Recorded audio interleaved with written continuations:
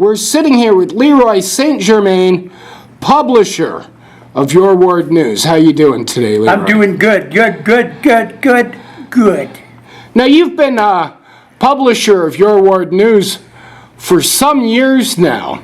I originally started paying attention to your publication a few years back when you reported on a conflict of interest with the local city councillor, Sandra Bussin, who in turn used city money to take this publication to court, which you won, if I recall. How about just telling us a little bit about your background and about the paper that you founded and publish? Well, first of all, we didn't win. The case never went anywhere. Sandra did not pursue it because I think she knew she was wrong to begin with, and there's no way she would have won it. So, consequently, it just sort of fizzled out. But all the facts were there. I don't think there's any way if we'd have made it through a complete court process, I think she'd look a lot worse than she already does. But she is the person that stimulated me. Her and a few other politicians stimulated me into publishing a paper. First of all, I've had a lot of years of experience of show promoting prior to the 22 past years of promoting the Beaches Blues Fest. I was a circus promoter with Canada's largest circus. I don't know if they're still around, Garden Brothers. I worked for them for about 10 years. Had a sold-out show in every town that I went to. So I knew what I was doing. You know, and many years ago, back 22 years ago, when I approached the city to see if I couldn't maybe do a street festival on Queen Street. That was after I had done the first Blues Fest on city property on Woodbine Beach, which was hosted by a charity called Blue Day Network, which, to my knowledge, never did exist and still doesn't exist, although at that time I had no idea that it didn't exist, because there were people at City Hall that seemed to treat it as though it did.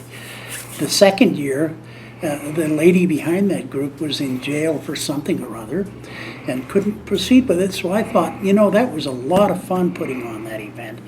We had 4,000 or 5,000 people in front of it. Not a nickel come out of the taxpayer's pocket. Every dime to pay every expense we raised, selling ad space and a program book for the show. In fact, I did that first $2,500 myself in a matter of a couple of days. And I said to this lady, there's definitely going to be a Blues Fest. Oh, it's as good as done. Now, when And is that where the paper comes from? This is how I began to realize how crooked politics were, how crooked the people involved were, how favoritism and cronyism and so forth came into play. And probably the first 10 years of the Blues Festival, you know, led me in that direction of finding out that these people at City Hall had the power to try to stop me any way they could possibly dream up. And I think in my 7th or 8th year, Bussin vetoed my event, and I didn't get a permit. And there was no concern for the amount of money I raised and the amount of money I already spent. It wasn't taxpayers' money. There was no concern for it. It was money that I personally raised. It was my integrity on the line and so forth. Only to have people like her trying to dash it and try to make me look like a big crook in the end, when I'm probably one of the only people in that business who actually does raise the money. I mean, these people that get government grants for $150,000, $200,000, or like the gay pride people, $13 million. I mean, good God, I could promote the biggest festival in the world with that kind of money. These people, that money's going south. That money's not going to the cause. And I thought, how dare these politicians come after me? So then I devised a way I could put on the Danforth Music Festival without a permit by keeping it on private property. Lo and behold, Bussin and Janet Davis ganged up on me. They went to all the businesses. They told 3 big lies that were very truthful sounding. They said LeRoy doesn't have a permit, but they forgot to say LeRoy doesn't need a permit. They said the city doesn't sanction what LeRoy's doing. And I thought, well, my God, all these BIAs and that spend all their money on idiots to get them to do what it is I do, and none of them hold a candle to what I can do because I don't charge them anything. I get it. It's really free when I do it. It only costs those that want to support it, not all the taxpayers. Just people that want to support it. And the third thing was, the music was appalling. Nobody liked it. There was an avalanche of complaints, when in reality there might have been one or two legitimate complaints from real old people that were confused, and maybe they thought the Martians had landed or something when they heard the music. And the rest of them were, I think, maybe there was 5 or 6 of them totally. And that was out of 77 bands at 25 locations, including the rooftop.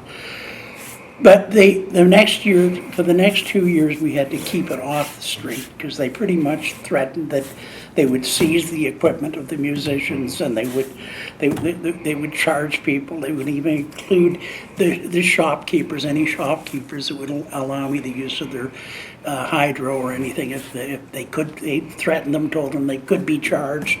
In fact, they even sent a notice out to the businesses saying, if you think Mr. St.Germaine might use your property without your permission, we recommend that you fill out this form, take it to the police department, and charge him.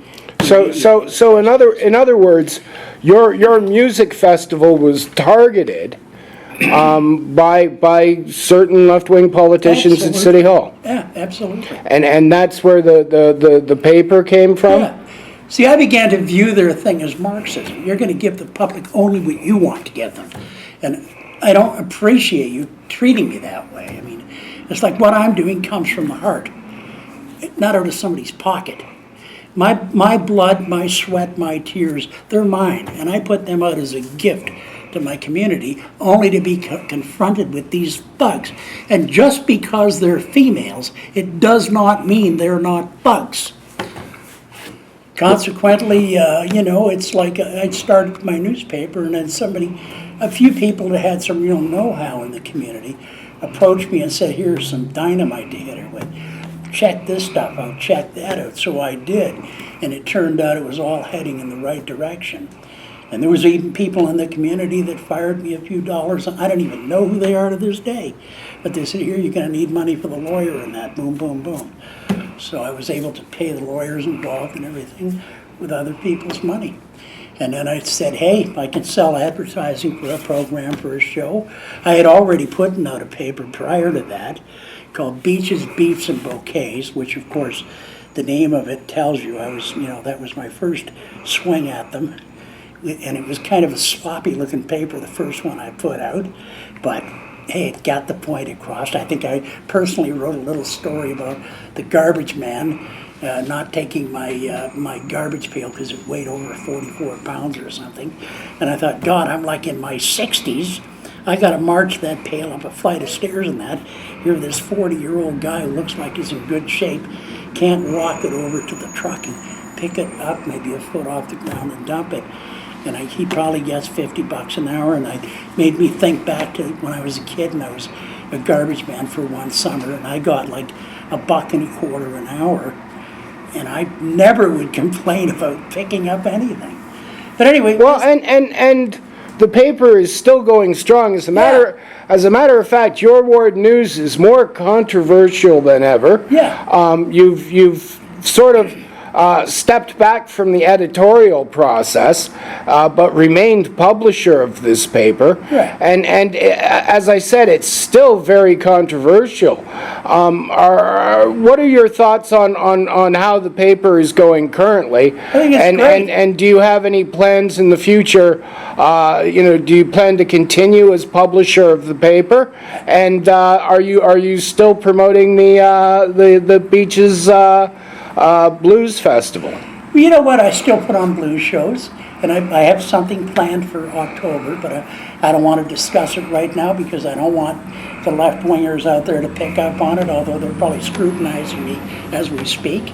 But it doesn't matter because what I'm going to do is legal. They can't stop it, and I'm going to do it. Simple, whether they like it or not. and it probably would give me an opportunity to slam them one more time at least. As far as the paper, I absolutely intend to continue on with it. And it's surviving now mainly on donations and that. I had no idea there would be such an outpouring from the public out there, that the people that love my paper. I get the odd phone call. Last month I had 7 copies of the paper delivered back to me. Two of them appeared as though the postman brought them back. 2 copies were torn up in little pieces and put in plastic bags and tied to the door handle, and the other 3 copies were thrown through the door or what have you. So I usually leave the door locked in today so the idiots can't have the satisfaction of opening the door and yelling Nazi or something and throwing a paper through the door. What point they're trying to get across, I don't know. I've said to a few people, look, if you don't like it, don't read it. It's as simple as that. You don't have to read it. But it's funny, a lot of the people that do dislike it don't read it, or they claim they don't read it. But I think they're afraid to say they do read it, because what would their friends think? So they just say, no, they don't read it. And I think, well, if a person doesn't even read something, how can they possibly conjure up an intelligent opinion on it? Well, recently the office was vandalized with the words Nazi fuck. LeRoy, are you a racist? No, I'm not a racist. I'm a Métis, okay? All right, and I've noticed that just kind of recently, in the last few months, the government or the media has kind of acknowledged the fact that yes, there has indeed been a genocide going on in this country. What I find hypocritical about their announcement of that is that while they're saying that out of one side of their mouth, out of the other side of their mouth, they have a new disease out there. You remember mad cow disease? I'm sure most people remember that. Well, this is a form of mad cow disease that's jumped into the wild, so it's affecting the moose, the deer, the elk, the wild game. And I thought, my God, what kind of people would eat wild game? Oh, yes, the Aboriginals. They've been surviving on wild game forever. And, of course, the rural folks, the people that own guns, not for shooting their neighbors, but to protect themselves and their neighbors from the bad guys that, for some reason, have all the guns these days. Except they don't want to work out in the sticks, because out in the country, folks still own guns out there. And is there anything you'd like to end this interview with, LeRoy? Well, the little crap we had on our window doesn't faze me a bit. I've seen a lot more than that. And these people are whack jobs in most cases. You can't stop them from doing what they're going to do, so the best thing is go with the flow. Ride it out. Things are going to get better. There's more and more people it's funny, I'm running into so many people that love the paper that I can hardly even hear these morons that don't even read it, but based on what they think, based on what their neighbor thinks, they've formulated the opinion that it's taboo to read it. It's evil to read it. Because if you read it, you might believe it, idiot. Simple as that. Okay. They're afraid to read it because they might find it appealing. It might make sense. LeRoy, you're a bulldog. Thank you for doing the interview, and have a good day. All righty.